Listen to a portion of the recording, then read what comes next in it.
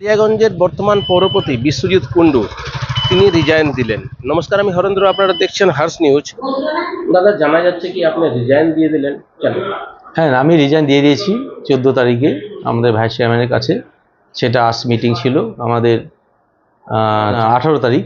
আজকে আমাদের board meeting ছিল, সেই বোর্ড মিটিংয়ে এটা পাস হতো, কিন্তু আজকে অনেক কাউন্সিলর এবং ইও সাহেব থাকছে না।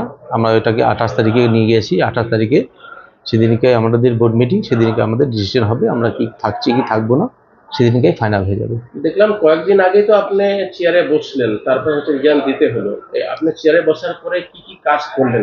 দেখুন, কাজ তো অনেক করেছি। আমাদের প্রায় প্রত্যেকটা ওয়ার্ডেই আমি পেপার ব্লকের কাজ করেছি। প্রত্যেকটা ওয়ার্ডেই আমাদের কালিয়াগঞ্জে দেখবেন সম্পূর্ণ রাস্তায় কিন্তু পেপার ব্লকের হচ্ছে। তা যাই হোক, দুর্ভাগ্য বিষয় আমাদের সরকারও এখন নেই, যার জন্য আমি রিজাইন দিতে এখন বাধ্য। আমি কাজ হলেও দিতে হবে, 8 মাস পরে হলেও দিতে হবে, যার জন্য আমি আগে দিয়ে দিচ্ছি। জয়া বর্মন এই ব্যাপারে কি বলছে আপনাদেরকে দেখানোর চেষ্টা করছি। জানতে পারলাম হচ্ছে আপনার কাছে চেয়ারম্যান হচ্ছে একটা রিজাইন লেটার দিয়েছে, কেন দিল, কি কারণে, কবে দিয়েছে?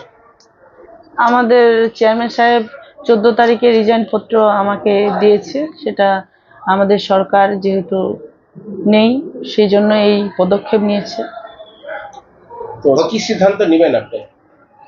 আজকে আমাদের বিওসি ছিল, তো কোনো কারণবশত আমাদের বিওসিটা ক্যান্সেল হয়েছে। সেটা 28 তারিখে আছে, ওই দিনেই সব ডিসিশন হবে। আচ্ছা, তাহলে চেয়ারম্যান সাহেব রিজাইন দিয়েছে, আপনি হ্যাঁ, রিজাইন দিবেন? আপনাদের রিজাইন দিবেন 28 তারিখে সেটা ডিসিশন নিয়ে নেব। ঠিক আছে।